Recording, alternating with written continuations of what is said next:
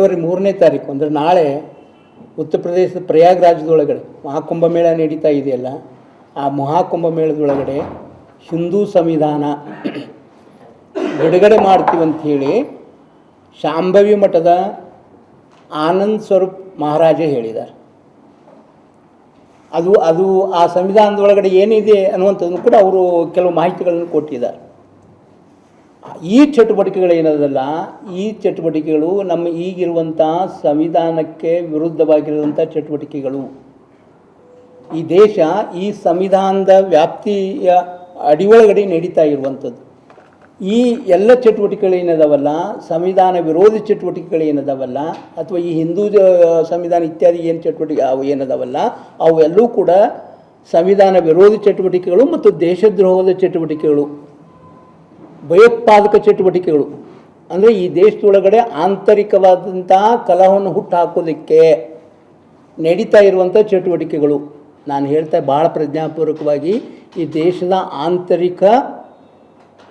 ಆಂತರಿಕವಾಗಿ ಕಲಬೆಗಳನ್ನು ಎಬ್ಬಿಸೋದಕ್ಕಾಗಿ, ದಂಗೆಗಳನ್ನು ಎಬ್ಬಿಸೋದಕ್ಕಾಗಿ, ಒಂದು ವರ್ಗಕ್ಕೆ ಕುಂಭ ಕೊಟ್ಟು ಇನ್ನೊಂದು ವರ್ಗವನ್ನು ನಿರಾಕರಿಸ್ತಕ್ಕಂಥ ಹೇಳಿಕೆಗಳೇನದವಲ್ಲ, ಅವೆಲ್ಲೂ ಕೂಡ ದೇಶದ ಆಂತರಿಕ ಭದ್ರತೆಗೆ ಒದಗತಕ್ಕಂಥ ಕೃತ್ಯಗಳು ಅವೆಲ್ಲೂ ಕೂಡ.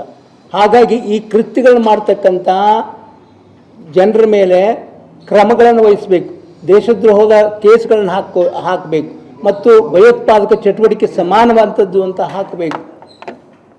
ಜೊತೆಗೇನಪ್ಪ ಅಂದರೆ ಈ ದೇಶದ ಪ್ರಧಾನಮಂತ್ರಿಗಳು ಮತ್ತು ರಾಷ್ಟ್ರಪತಿಗಳು ಈ ನಾಳೆ ನಡೀತಕ್ಕಂಥ ಕುಂಭಮೇಳದೊಳಗಡೆ ಈ ಹಿಂದೂ ಸಂವಿಧಾನದ ಬಿಡುಗಡೆ ಮಾಡಿದಾಗೆ ನೋಡಿಕೊಳ್ಬೇಕು.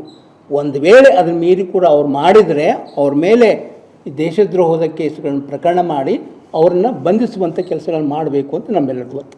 ಇವ್ರ ಪಕ್ಷದವ್ರು ಮಾತಾಡಲಿಲ್ಲ ಅನ್ನುವಂಥ ಮಾತುಕತೆ ಏನಲ್ಲ. ಇದು ಈ ದೇಶದ ಎಲ್ಲ ರಾಜಕೀಯ ಪಕ್ಷಗಳು ಮಾತಾಡಬೇಕಾದಂಥ ಕೆಲಸ ಇದು.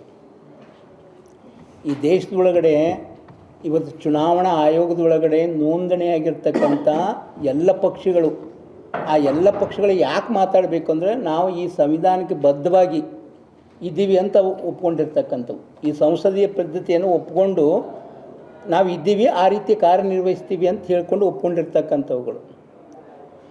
ಆದ್ದರಿಂದ ಈ ಥರ ಸಂವಿಧಾನ ವಿರೋಧಿ ಕೃತ್ಯಗಳು ನಡೆದಾಗ ಆ ಸಂವಿಧಾನದ ಶ್ರೇಷ್ಠತೆಯನ್ನು ಎತ್ತಿ ಹಿಡಿಯೋದಕ್ಕಾಗಿ ಆ ಸಂವಿಧಾನವನ್ನು ಸಂರಕ್ಷಣೆ ಮಾಡಿಕೊಳ್ಳುವಂಥ ಜವಾಬ್ದಾರಿ ಏನಿದೆಯಲ್ಲ ಎಲ್ಲ ಪಕ್ಷಗಳಿಗೆ ಇರುವ ಹಾಗೆ ಈ ದೇಶದ ಎಲ್ಲ ಪ್ರಜೆಗಳಿಗೂ ಕೂಡ ಇದೆ ಅನ್ನೋದು. ಆದ್ದರಿಂದ ನಮಗೆ ಕಾಂಗ್ರೆಸ್ನವರು ಮಾತಾಡಬೇಕಾಗಿತ್ತು, ಕೆಲವರು ಮಾತಾಡಿದ್ದಾರೆ, ಈಗಾಗಲೇ ಮಾತಾಡಿದ್ದಾರೆ. ಇನ್ನೂ ದೊಡ್ಡ ಪ್ರಮಾಣದಲ್ಲಿ ಮಾತಾಡಬೇಕು ಅನ್ನೋದ್ರ ಬಗ್ಗೆ ನಮಗೇನು ಇದೇನಿಲ್ಲ. ಮಾತಾಡಬೇಕು ಅಂತಲೇ ಇನ್ನು ದೊಡ್ಡ ಪ್ರಮಾಣದಲ್ಲಿ ಮಾತಾಡಬೇಕು.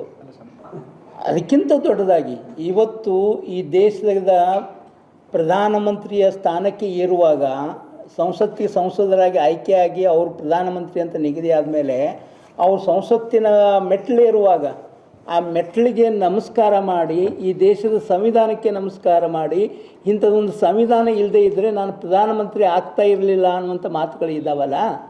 ಒಬ್ಬ ಚಹಾ ಮಾರುವಂಥವನು, ಒಬ್ಬ ಸಾಮಾನ್ಯ ಮನುಷ್ಯನಾದಂಥವನು ಕೂಡ ಸಂಶೋಧನೆ ಆಗ್ಬೋದು, ಈ ದೇಶದ ಪ್ರಧಾನಮಂತ್ರಿ ಆಗುವಂಥದ್ದು ಈ ಸಂವಿಧಾನದಿಂದ ಸಾಧ್ಯ ಆಗಿದೆ ಅಂತ ತಿಳ್ಕೊಂಡು ಆ ಸಂಸತ್ತಿಗೆ ಮತ್ತು ಆ ಸಂವಿಧಾನಕ್ಕೆ ಹಣೆವತ್ತಿ ಹೋಗಿರುವಂಥ ಇದ್ದಾರಲ್ಲ, ಅಥವಾ ಇವತ್ತು ಆ ಸಂವಿಧಾನ ಇರೋ ಕಾರಣಕ್ಕಾಗಿಯೇ ಒಬ್ಬ ಆದಿವಾಸಿ ಮಹಿಳೆ ರಾಷ್ಟ್ರಪತಿ ಆಗಿದ್ದಾಳಲ್ಲ, ಆ ಇಬ್ಬರೂ ಕೂಡ ಆ ಸಂವಿಧಾನಕ್ಕೆ ವ್ಯತಿರಿಕ್ತವಂಥ ಚಟುವಟಿಕೆ ಆಗೋದನ್ನು ತಡೆಗಟ್ಟುವಂಥ ಕೆಲಸಗಳು ಮಾಡಬೇಕು.